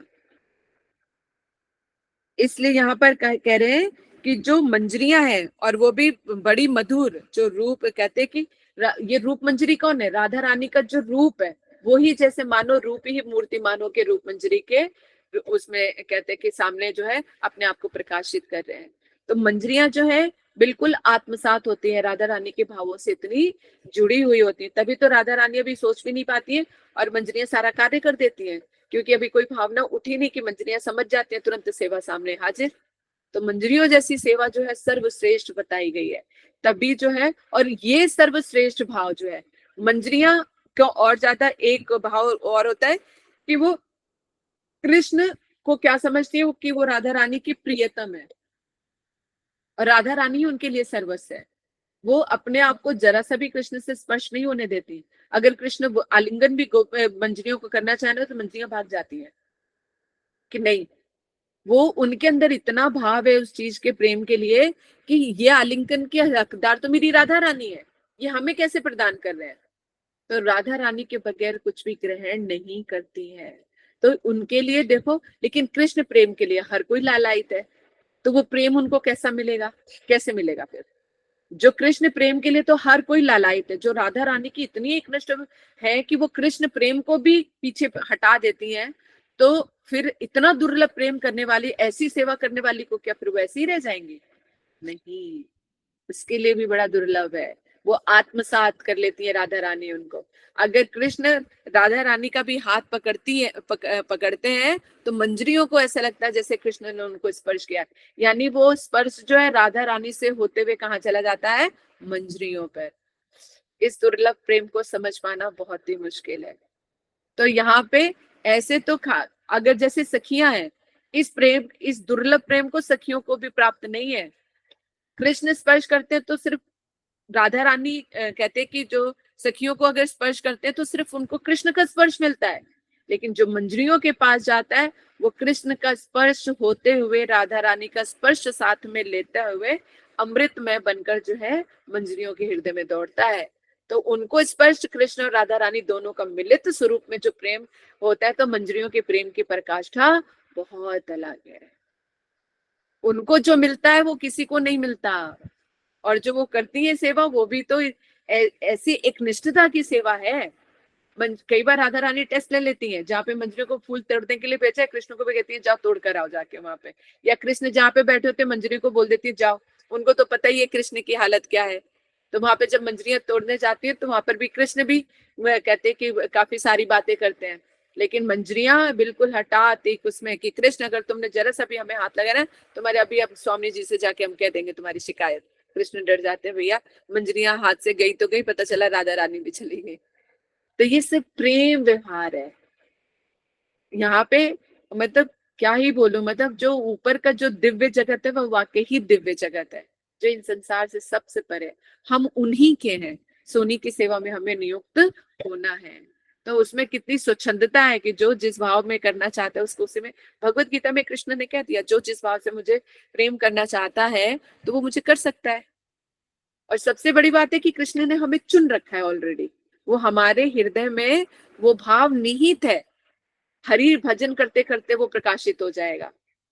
अभी सारी कथाएं अच्छी लगेंगी, बाल कृष्ण की भी अच्छी लगेंगी, जन्म लीला भी बड़ी अच्छी लगेगी, सब कुछ है, जब आपका भजन थोड़ा उन्नत होता जाएगा ना, तो पर्टिकुलर एक ही रस में जाके टिक जाओगे कि कहते कि बाल रस नहीं, अभी जन्म लीला को छोड़ो, यहाँ ऐश्वर्य लीला छोड़ो, ये भी छोड़ो, वो भी छोड़ो, फिर धीरे धीरे धीरे करके अपने रस में जाके टिक जाओगे कि बस मुझे तो ये वाली कथा अच्छी लगती है, मुझे ये अच्छी लगती है। जबरदस्ती नहीं लेकर आना है हमें वहां पे, अपने आप पहुंचना है स्वाभाविक तौर पे। ठीक है, तो यही मंजरी भाव जो है कृष्ण का जो है यहाँ पर देने के लिए यहाँ पे चैतन्य महाप्रभु आए, और उन्हीं के मनोभीष्ट को समझ के जो है यहाँ पर कहते हैं रूप गोस्वामी जी ने हमारी मदद की, अपने पारकी भाव को स्थापित किया। तो महाप्रभु ने अपनी सारी इच्छाओं को संवरण करके रूप गोस्वामी जी के हृदय में स्फूर्ति कराई। इसी तरह से जो है उनके हृदय में, बल्कि वही नहीं, महाप्रभु ने अपने परिकरों से भी, अद्वैताचार्य नित्यानंद प्रभु और इन सबसे भी प्रार्थना की कि आप लोग जो है सब लोग रूप गोस्वामी जी अपने सारे भावों को जो है रूप गोस्वामी जी को प्रदान कर दीजिए, ताकि रूप गोस्वामी जी मेरे मनोभावों को समझकर उनकी सेवा, अपने उस सेवा में नियुक्त हो सके। बहुत ही सुंदर बताया इस तरह से, है ना। पारके भाव के बारे में आगे गुरुदेव बताते हैं, तो ये ऑलरेडी मैंने आप लोगों को पहले ही सारी चीजें बता डाली है।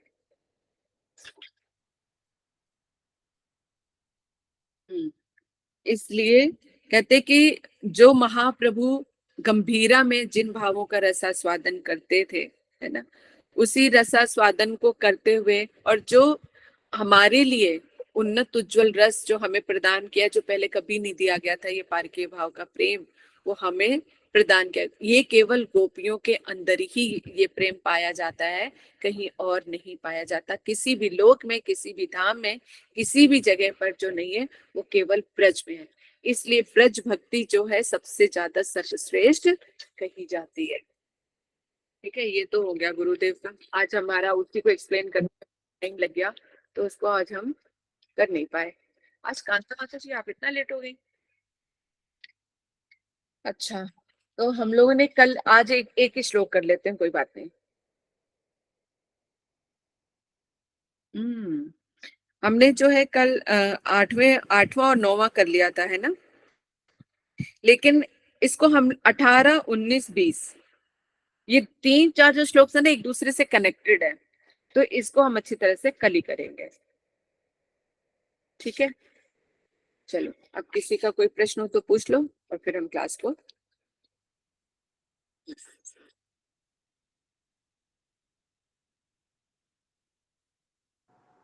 श्री दाम जी। श्री राम जी। हाँ, हरे कृष्णा दीदी, दंडवत प्रणाम। दीदी, आज पारकीय भाव के बारे में आपने बहुत कुछ बताया है, तो मेरा प्रश्न तो नहीं है। एक परम गुरुदेव की मैंने वीडियो देखी थी, उस टाइम पे बिल्कुल भी नॉलेज नहीं थी, अब भी नहीं है, थोड़ा थोड़ा लेकिन पता चल रहा है। तो उन्होंने, वो बैठे हुए थे और सामने बहुत सारे विदेशी जो शिष्य थे वो बैठे हुए थे। तो एक शिष्य जो थी उनकी महिला, वो विदेशी थी, तो उन्होंने पूछा कि, क्योंकि उन्होंने गोपी वस्त्र धारण किए हुए थे पूरी तरीके से, तो उन्होंने कहा कि हमने भी तो अपना देश छोड़ा है और हम भी तो कृष्ण प्रेम में पागल है। तो एक तरीके से वो अपने आप को ब्रिज की तरह ही वो चाह रही थी कि मेरी भक्ति भी जो है ना वो गोपियों वाली है, कुछ इस तरीके का भाव था उनका। तो परम गुरुदेव ने उनकी बात समझी कि वो अपने आप को थोड़ा गोपी के जैसे, अभी हमारे मन में भी आता है ना परके भाव के बारे में, कि शायद हमारे अंदर भी कुछ कुछ है इस टाइप का, तो उनका भी शायद इसी तरीके का था। तो एकदम परम गुरुदेव बोले कि कृष्ण मर गया।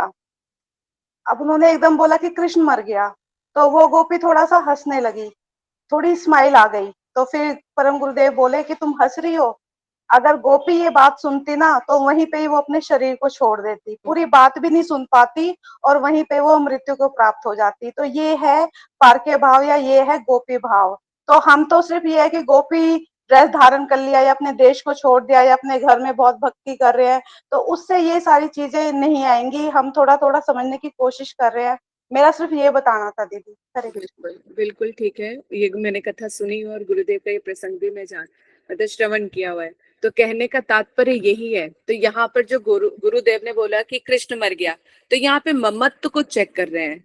अगर इतने में सभा में बैठा जाए और किसी को बोल दे कि तुम्हारा पुत्र या पुत्री मर जाए तो उसका चेहरा उतर जाएगा, क्योंकि अपने बच्चे से इतना प्रेम है। अगर उनको पल्ले बोले कि तुम्हारा पति और बच्चे को कुछ हो गया है तो हमारा चेहरा उतर जाएगा। लेकिन हम वैसे तो कहते हैं हम कृष्ण से बड़ा प्रेम करते हैं, और अगर गुरुदेव ने बोला कि कृष्ण मर गया तो हमारे चेहरे पे स्माइल आ गई, तो मतलब फिर ये कहाँ ममत्व हुआ। इसीलिए यहाँ पे ममता कहे कि वो जो गोपियों का जो प्रेम है वो इतने टॉप में कि वो तो बर्दाश्त नहीं कर सकती कृष्ण का कोई भी जरा सा भी दुख। उनके लिए कृष्ण का दुख जो है वो अग्नि समान है। और अगर कहते कि अगर उनका इसीलिए उनके सुख के लिए वो किसी भी हद तक चली जाती है करना। तो ये हमारा जड़ जगत का जो यहाँ पे एक उदाहरण इसी तरह के बोलते हैं कि अगर अपने के लिए किसी को बोला जाए तो हमारा चेहरा उतर जाएगा, क्योंकि हम उनसे स्नेह प्रीति है। कृष्ण से अभी हमें प्रेम नहीं है, सिर्फ आडंबर में हम फंसे हुए हैं कि हम इतना भजन करते हैं, ऐसे करते हैं, ये करते हैं, लेकिन ममता नहीं है। जिस दिन ममता जागी उस दिन फिर हमें करने की आवश्यकता ही क्या रह जाएगी। जिस दिन ममता जागे तो स्वतः ही गाड़ी चल पड़ेगी। हमें सुबह ये नहीं सोचना पड़ेगा कि अभी सुबह उठना है, उठना पड़ेगा, उठ जाएंगे। कहते कि उनका ग्रंथ हमें कथा कीर्तन ये सारा स्वतः ही अपने आप बह निकलेगा। हमें कुछ भी करने की आवश्यकता नहीं होगी, हम अपने ही वश में नहीं होंगे। अब ये जो भक्ति फिर हमें स्वतः ही अपने आप लेकर जाएगी उस रास्ते। ये ऐसा बहाव है। तो ऐसे प्रेम रूपी बहाव को प्राप्त करने के लिए लेकिन साधन भजन तो हमें चाहिए ही चाहिए, कि जिससे तभी तो बोला अनुकूल ने कृष्ण अनुशीलनम, जो कृष्ण के प्रति ले जाए उसको ग्रहण करते जाओ। जो कृष्ण से हमें दूर ले जाए, प्रतिकूल जो हो उसको हमें कहते छोड़ते हुए जाना है। तो अभी जहां पर भी है साधारण से उसमें, फिर उसके बाद पहले कनिष्ठ, मध्यम, फिर उत्तम, इस तरह से भक्ति में हमें प्रवेश करते जाना है। तो हमें सीधे चलते जाना है। हम कौन से में है क्या है ये भी मत सोचो। जैसे जैसे हम मिलते कहते बढ़ते जाएंगे, जो जैसा फल है वो तो हमें ऑलरेडी मिलता जाएगा, अपने आप ही अनुभव होता चला जाएगा, आपका अनुभव अपने आप बढ़ता चले जाएगा। तो हमें किसी से ना पूछने या जानने की आवश्यकता नहीं होती है। दृढ़ता पूर्वक भजन में डट कर रहने की जरूरत है, हमें साधन भजन करने की आवश्यकता है बस। ठीक है ललिता देवी। हाँ दीदी, दीदी अब आपने बताया था कि जो माया है वो भगवान के जैसे अधीन है, पर लेकिन भगवान जब भगवान की इच्छा से ही वो उनको जो आपने बोला विस्मृति और वो स्मृति जब वो देती हैं वो कुछ टाइम योग माया है, महामाया अलग है। जी दीदी वही मैं जानना चाह रही हूँ, जो योग माया है वो ये कार्य करती है, तो पर योग माया का नहीं योग जाती कि माया, योग माया महामाया बनके हमें प्रताड़ित करती है। और वही जो है अच्छा कहते दीदी वो बताइए मेरे को दीदी, वो कौन सी माया है जो जिसका व्रज में प्रवेश नहीं है वो फिर परिणित हो जाती है, योग माया में होती है कि देखो वो ये महामाया में? जो कहते कि दुर्गा देवी है ना, यही महामाया भी है, यही योग माया भी है। जो विषयों से आसक्त के लिए वो महामाया है, और जो भगवान के प्रति उनका जिनका अनुरक्त है उनके लिए वो योग माया है। यानी एक ही है। जैसे मान लो जो संसार में डूबे हुए हैं, मान लो जैसे कोई अपने संसारिक कोई प्रॉब्लम लेकर आती है तो उनके लिए वो साधारण सी स्त्री बन गए। जैसे हमारे भी दो रूप हैं, एक भगवान के लिए भक्ति के लिए अलग है, संसार के लिए अलग है। शादी भी हमें गए तो सज धज लिए, सारा सब कुछ के लिए कर लिया, लेकिन फिर उसके बाद अपने असली रूप में आ गए। तो इसी तरह से योग माया जो है, जो भौतिक संसार में जो फंसे हुए उनके लिए महामाया का काम है। कभी उनको प्रताड़ित करते हैं, कभी उनको दुख देती हैं, कभी सुख देती हैं, ताकि वो भगवान का भजन करें। तो और योग माया जो जिनको वो देखते हैं, जो जीव है अब वो भजन में लग रहा है, तो वही महामाया योग माया बनके उनकी मदद करती है और वो कृष्ण के करीब ले जाती हैं। और वो योग माया ही कृष्ण की सारी लीलाओं को जो है पुष्ट करती हैं। ठीक है दीदी, मैंने एक्चुअली कभी सुना था कथाओं में कि उनका उस माया का ना व्रज में भी प्रवेश, वहां से दूसरे में बदल के फिर मतलब जाती है, जैसे महामाया है हाँ तो वो योग योग माया में बदल के माया। जाती देखो माया तो कृष्ण के सामने बहरूपिया तो नहीं टिक सकता ना, वो तो उन्हीं की माया। वो उनको भ्रमित करती है जो भ्रमित है। जो कहेगा मैं सबसे बड़ा भोगता हूँ तो माया बन गई, हाँ तो उससे भी बड़ा भोगता है। यानी वो कहते मैं तो ठीक। मूर्ख हूँ, तो तू और भी बड़ा मूर्ख है, ले तुझे संसार चाहिए ना, ले, और डुबो देती है उसी में। तो जो जिस तभी तो कहा जो देवी देवता क्या कर रहे हैं, हम जो उनसे मांगते हैं वो हमें दे देते हैं। हमें क्या जरूरत है क्या नहीं जरूरत उनसे कोई मतलब नहीं है। जो हमें चाहिए वो उन्होंने दे दिया, तुमने पूजा पाठ किया, लो तुम अपना लो और जाओ। हमारा उनके साथ कोई ममता वाला है ही नहीं। जहां पर ममता होगी वहां पर वो समझाएंगे। अगर वो भी एक निष्ठता की भक्ति होगी तब समझ में आएगा। उनको बोले कि चलो मैं नहीं समझा तो कोई और ही समझा देगा, क्योंकि ये तो किसी एक की है ही नहीं, कभी इधर तो कभी उधर, वो तो बिन पैंदे के लोटे हैं। तो सब हम अपने अपनी वासनाओं के हिसाब से कभी इधर चले जाते हैं, कभी उधर चले जाते हैं, कभी इधर गए ना कभी उधर गए ना। देवी देवता हमें इधर उधर करते हैं, कुछ नहीं गए, हम ही लोग इधर उधर डुलते रहते हैं। वो अब आ ही गए तो फिर क्या ही करें। तो जब जिसके आज 16 सोमवार है तो फिर नवरात्रि अभी आ जाएंगे तो लोग उधर भटक जाएंगे। तो फिर इसमें देवी देवताओं का भी कसूर नहीं है, तुम उनके पास जा रहे हैं तो जो वो मांग रहे हो वो दे रहे हैं। अगर भक्ति मांगोगे तो भक्ति भी प्रदान, लेकिन भक्ति तो कहते हैं ना जब एकनिष्ठता की हो तो भी वो भक्त के पास भेजेंगे, डायरेक्ट तो फिर भी अप्रोच नहीं है। सिर्फ डायरेक्ट अप्रोच जो है वो इनके पास है, भोलेनाथ बाबा के पास, गोपेश्वर महादेव के रूप में। जब कोई उनके तत्व को समझेगा, उनको कृष्ण भक्त के रूप में, परम वैष्णव के रूप में उनके अनुगत्य होगा, तो फिर वो डायरेक्ट एंट्री रास में करवा सकते हैं, क्योंकि वो गोपेश्वर महादेव के रूप हाथ में है। ठीक है, तो इसीलिए हमें समझ समझ के भजन करना पड़ेगा, समझ के चलना पड़ेगा। साधना तुम बोलो। दीदी मैं ये पूछ रही हूँ, जो महाप्रभु जब आए थे तभी रूप गोस्वामी महाराज आए थे उसी टाइम? महाप्रभु के टाइम पे तो रूप गोस्वामी जी थे, तभी तो उनको ये सब कुछ प्रदान किया। अच्छा ठीक है दीदी, मैं वही पूछना चाहती, मतलब उनको मतलब उस टाइम ही वो थे तभी तो इतना किए होंगे ना, नहीं तो क्योंकि उन लोग के बारे में हम लोग कभी कुछ पता ही नहीं चलता है, कौन कब थे कहाँ आए थे, तो इसीलिए मैंने कहा पूछूं। इसीलिए अच्छा दीदी, अगर सपोज मेरे को कोई मतलब मटेरियलिस्टिक आसक्ति हो रही है, जैसे मेरा मन कुछ मटेरियलिस्टिक चीज खरीदने के लिए कर रहा है, इसका मतलब है कि जो महामाया है वो इन्फ्लुएंस कर रही है मुझे। और अगर मेरा मन उस सबको छोड़कर भक्ति में लग रहा है कि नहीं मुझे कोई मटेरियलिस्टिक चीज नहीं चाहिए, तो इसका मतलब है कि योग माया मेरी मदद कर रही है। Is it so? हाँ बिल्कुल ऐसा समझ सकते हो। लेकिन अभी देखो हम लोग ना गृहस्थ में है ना, तो गृहस्थ में रहकर ये सब चीजें, मतलब माया हमसे कुछ दूरी पर ही है, बस ये मान के चलना पड़ेगा। क्योंकि हम गृहस्थ हैं, पूरी तरह से हमारी आसक्ति जो है विरक्ति में अभी कन्वर्ट नहीं हुई है। तो घर परिवार पैसा सब कुछ है, अभी हमारा घर इन सब चीजों पे अभिनिवेश है।